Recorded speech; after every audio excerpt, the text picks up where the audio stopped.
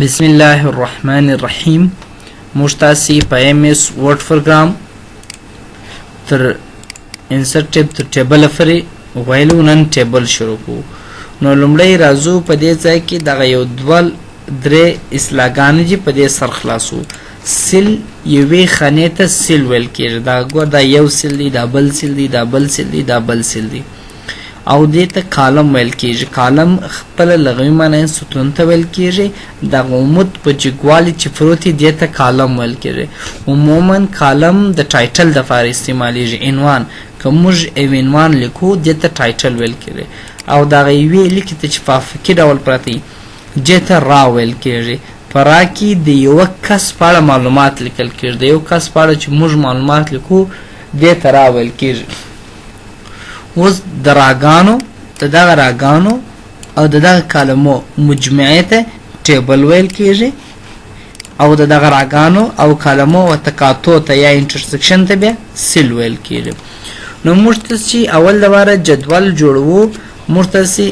انسرټ ټیب کې دلته اول راځو انسرټ ټیبل ته راځو. نو په انسرټ ټیبل کې اول موږ ته دلته وایي انسرټ ټیبل کې اول تا ته وایي نمبر اف کالمز، څو کالمونه غواړي. کالمونه خو نو موږ ته معلومه چې موږ دا زموږ د عنوانو تعداد راشي. نه لکه فرض کړه سیریال نمبر یو کالم سو، نیم بل کالم سو، فادر نیم بل کالم سو. دا رقم دلته تاسو کولی شئ چې دا انکریز اضافه کړئ او په دې ځای کولی شئ ډیکریز دا کم کړئ. همیشه چې موږ څه راخلاصو 5 کالم وي. او دلته نمبر افراز راګان دا معنا چې د څو کسانو په اړه ته دا معلومات لیکې. اوس دوی چې دا معنا چې ته د 2 کسانو که 3 کې دا معنا د 3 څلور هر سوچ راولي. بل په دې ځای کې اټوفیټ بیهیویر لرو. اټوفیټ بیهیویر د سلوک ته ویل کېږي. سلوک دا معنا لري دلته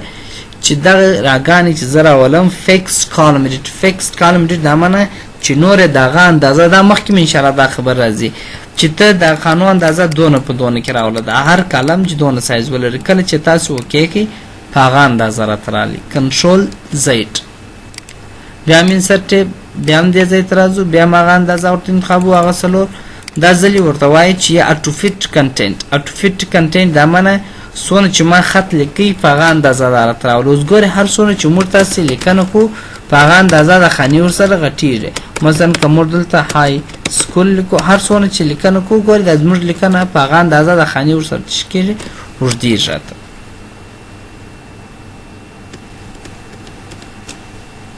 بیا هم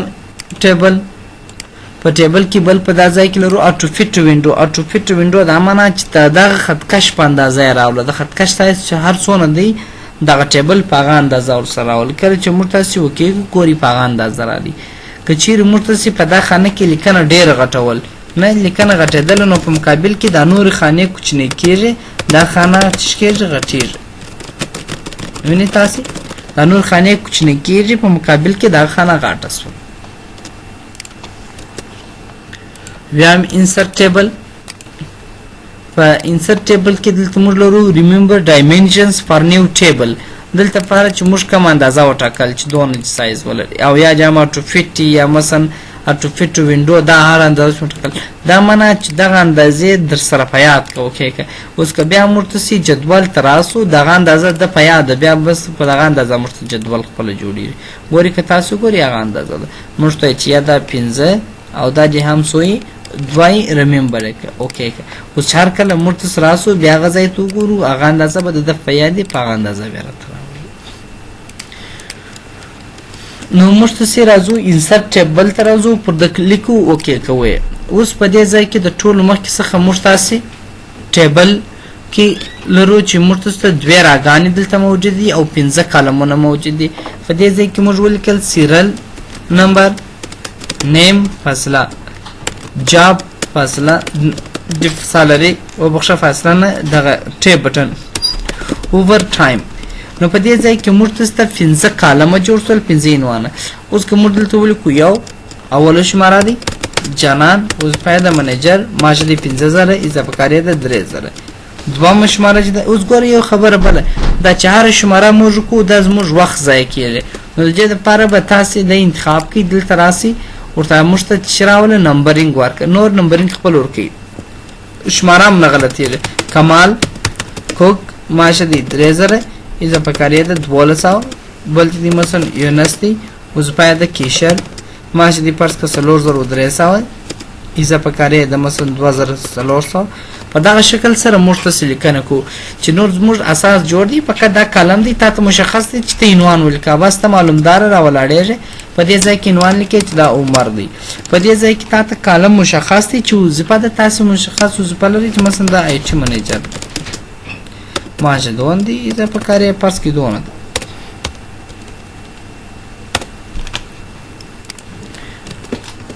دا ټیبل اوس په دې ځای کې که تاسو ګورئ د ټیبل سره دوه ټیب نور اضافه سول چې یو ډیزاین ټیب اضافه سو او یو لیاوټ ټیب په ډیزاین ټیب کې اول دلته موږ شیډر رالرو دا کوري کار نه درته کوي د فعال کولو دپاره به تاسو لومړی راسئ یو ډیزاین به ورکړئ چې مثلا فرض کړه داسې یو ډیزاین وکړئ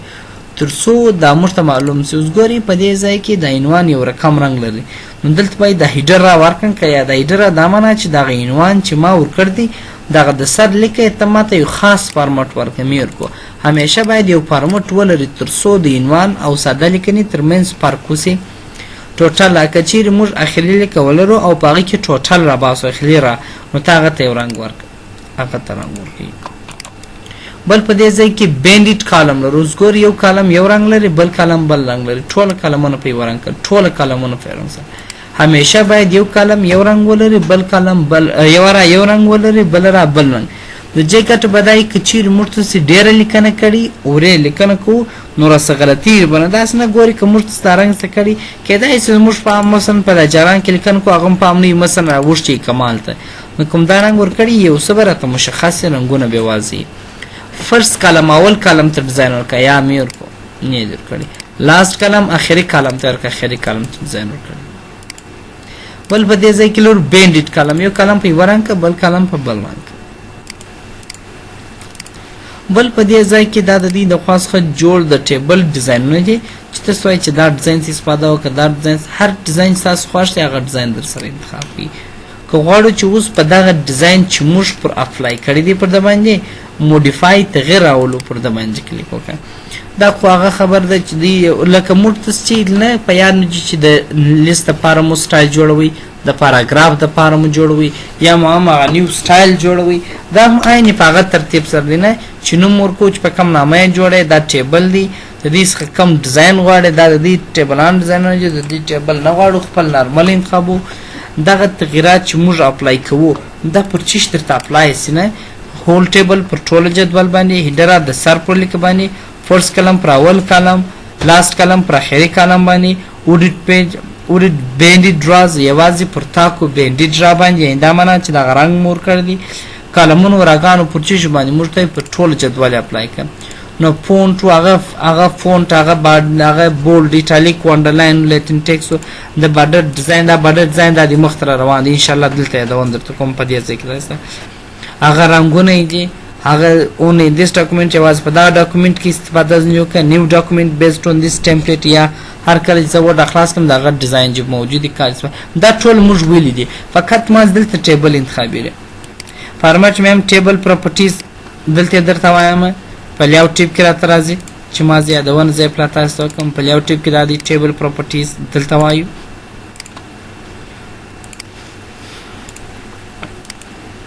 همدارنګه بل چې موږ تاسو په دې ځای کې لرو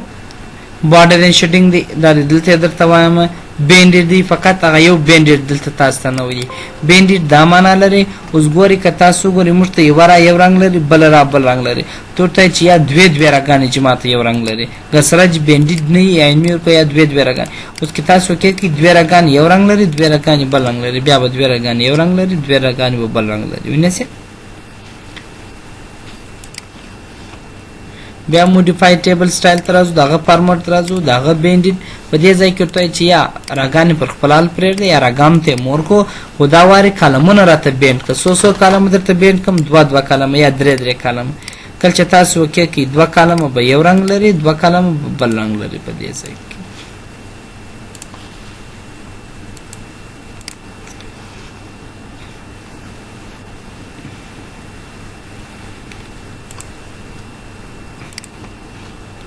دا په فارمټ کې په بینډیټ کې موږ کولی شو چې څو کالمونه تور کړئ دلته کول سي چې دوه کالمونه یو رقم او دوه کالمونه بل رقم دلته کولای سو.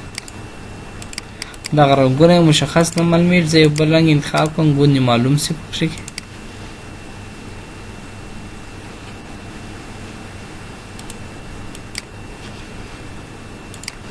table, modify table style, format, bending دا دوه کلمونه په وران کراته. اوکې اوس ګوري په دې ځای کې معلومیږي دا چالتته نه معلومیږي، مشکل د پروګرام خپل دی.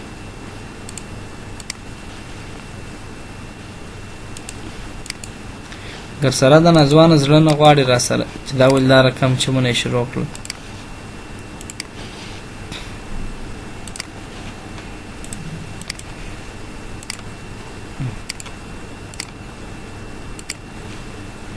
اوکې اوس نه معلومیږي، بیا تاسو ان شاء الله در سره عملي کې خامخا درته معلومیږي. تاسو د سټایلو کې هم دا رقم راځي درته سره چې نه معلومیږي. نو دا بل په دې ځای کې لرو کلیر دا معنا په نو په موډیفای ټیبل کې ان شاء الله رس خاص شي نشته. پاراګراف مو ولې ټیب مو ولې ټیکسټ افیکټ مو ولې ټول مو ولې دا کوم افیکټ چې موږ کړی کلیر دا بیرته پاک بس هغه ستا افیکټ سکیر ساده شکل درته پاتې. بیا هم دې ځای ته راځو، بل په دې ځای کې چې موږ لرو نیو ټیبل سټایل لرو. که غواړو چې نوی ټیبل سټایل په خپله خوښه جوړ کړو دلته کوو، هغه فقط جوړ موږ موډیفای کوو، دلته په خپله خوښه جوړو، ټوله خبرې هغه شی دی. په بخښنې سره کله کله زنګ راشي مجبور یو چې هغه ته جواب ورکړو، نو بیا درس څومره څه ورک شي چې در کومه ځای پرې مې ویلي وو. خیر نو دا موږ ته دلته هغه ټیبل سټایلونه وه چې موږ نوی ټیب موډیفای تغیر مو کوي، کلیر دا ډیزاین یې پاکه، نیو ټیبل سټایل نوی ټیبل سټایل خپله راته جوړ کړه. بل په دا ځای کې که موږ چیرې مثلا زه راسم دلته یو ساده رنګ ورکړو، ساده سمپل.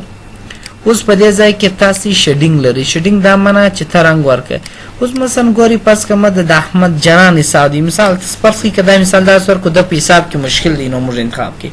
یا دا ناکامه سوی دی، نه دا ناکامه ته د یو رنګ ورکړی هم کولی شي ورکړي، یا تاسو کولی شئ چې دا د اضافه کاري کالم ته ټول رنګ ورکړي، هر رقم رنګ چې ورکوي خپل په خوښ رنګ ورکول، یا عمومي راته رنګ ورکړي. یعنې تاسې انتخاب وکړئ او هغه ځای ته چې هر رقم رنګ ورکوئ په دې ځای کې ورکولی شئ. بل په دې ځای کې موږ څه بارډر لرو. بارډر مخکې ما یادونه درته کړې وه په پاراګراف کې چې مال دا بیا وروسته وایو، هغه دا دی اوس وایو. په هوم ټیب په دې ځای کې چې بارډر راغلی اوس یادونه ځینې کوو. نو اول دلته درته وایي چې نو بارډر مو وکړو، هېڅ بارډر نشته. د ګریډ لاین به مې پرایسته کړو چې تاسو په مشکل. اوس ګورئ دا زموږ جدول بارډر نه لري، نو بټن بارډر لانج بارډر وکړه، ټاپ لوړ بارډر ورکړه، لیفټ چپا طرف ته ورکړه، رایټ راسته طرف ته ورکړه، نو بارډر مو ورکړو، آل و هرې خانې ته جلا جلا بارډر ورکړه، آوټ ساید یوازې څلور طرفه بارډر ورکړه، ان ساید یوازې په داخل کې بارډر ورکړه، هوريزونټل لاین یوازې راګانې راته راوله، او ورټیکل یوازې کالمونه راته راوله، یوازې کالمونه راوستلي بیا هم ټول. بل په دې ځای کې موږ ته ډیګونل اپ بارډر لرو. ډیګونل ډاون دا معنا چې د لوړ طرف څخه د کښته طرف څخه باندې کو. ګوري دا اصلا د انګلیسي د پاره دی چې په انګلیسي باندې یو خانه بندیږي په دې شکل بندیږي، او موږ چې په پښتو ازری کې خانه قیدو نو بیا د سخیز باندې کو. دلته هم داسې قید کړي په لاندې د ازری دوه خانې لري، یو لوړ یو لاندې. لوړ خانه قیدو داس چې لپاره کشو په کلم باندې، لاندې ورته لیکو که غیر ازری غین ورته ولیکو، مثلا دا رقم دا فرض کړئ د ازری خانې که غیر ازری غین ورته لیکو، که رخصت مثلا رخصت ورته لیکل کېږي دا رقم رخصت ښه بیا ری پاتې شول رخصت داسې ورته لیکو. نو که غیر ازری غین ورته لیکو نو دا په دې شکل سره تاسو که مریض بیا مریض ورته لیکو. نو د خانې بندول چې کو غوښتل چې چلیپای کې ګر سره په دواړو شکل باندې کې د دواړو خانې ور سره ولیکول شي، ډېر مردس خیز پیدا وکړي. بل په دې ځای کې موږ تاسو چې لرو هوريزونټل لاین لرو. هوريزونټل لاین که غواړئ چې رسم کړو د دس خیز پیدا کو، دا عموما مثلا کېدای شي موږ تاسو د امضا لپاره دس خیز پیدا وکړو، نه چې امضا باید تر دې و نوځي او نه هم تر دې کښته شي، دا شکل کولای شي. بل په دا ځای کې چې لرو ډراو ټیبل ورو ډراو ټیبل دا معنا چې ته زموږ په خوښه یو ټیبل انکه دا هوریزنټل لاین بل تاسو د امضا لپاره بل د لیکنې لپاره چې لیکنه ورسره کوي او د لیکنې څنګه ته یو بارډر راولي یو لیک راولي هم کولی سي ډراو ټیبل دا معنا چې ته ماته دلته یو ټیبل څنګه نه مثلا موږ څخه فادر نیم فرض که پاتې شوی دی نو موږ کولی شو چې په دې ځای کې استفاده وکړو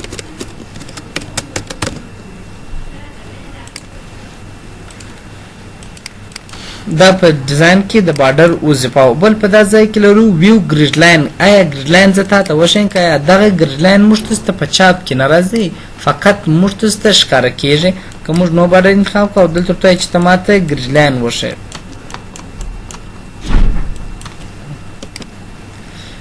اوکې کو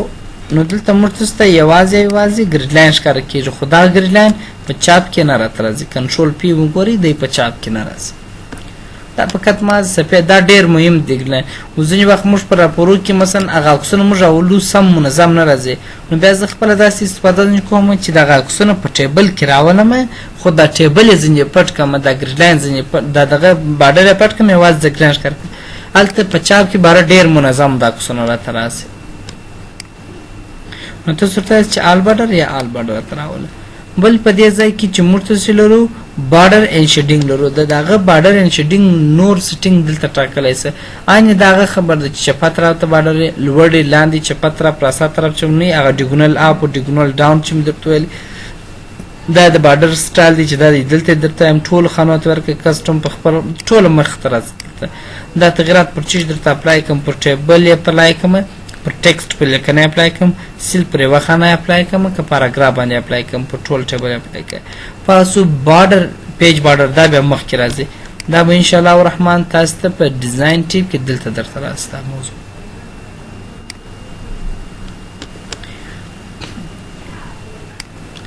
بل په دې ځای کې موږ تاسې بارډر پینټر لرو بارډر پینټر دا معنا چې دغه کم بارډر چې ما رسم کړی دی ته پر دغه بارډر باندې بل بارډر رسم کړه نو پر ده کلیک وکړئ کله چې موږ پر ده کلیک وکړو ما د موس کلیک هم خراب شو سر کم بارډر وکړئ نو تاسو دلته راسئ بارډر سټایل انتخاب کړه مثلا تاسو ته سکریو ګوري یا مثلا زنجدونه ګوري دا د سر عنوانونه یې ډبل دغه مال درته رسمیږي چې ته پر بارډر یې راولې ښه که بارډر نه بیا نه درته راځي نو دلته چې د بارډر سټایل مې انتخاب کړي هغه اندازه دلته ټاکلی شي په دې ځای کې رنګ ورسره ټاکلی شي چې دا زه رسموم دا یې داسې رنګ ولري اوس دا موز داسې پر آکاش کې په دغه لیکه باندې تاسو ته به عین دغسې رنګ ورکول شي ما دا بل موس خراب شو چې سره څه مشکل دی نو دلته کولی شي او په دې ځای کې کولی شي چې دغه سټایل یې تغیر کړي در سره مثلا داسې یو سټایل ورکړه په دې ځای کې بل متصي بارډر چې لرو سمپلر لرو سمپلر دا معنا لري چې ته دغه بارډر راواخله دغه بارډر راواخله او دا ځای ته ورکړه یعنې د یو بارډر رنګ راخلي او بل ځای ته هغه رقم بارډر عین درته رسمیږي دا د بارډرس وظیفه سول په دې ځای کې رابطو لیاوټ ټیپ ته انشاءالله الرحمن د نن دپاره دغونه بس ته راتلونکي درس به سبا د لیاوټ ټیپ شروع کوو دا جوړ کې چې څه مو زده کړي وي د الله په امان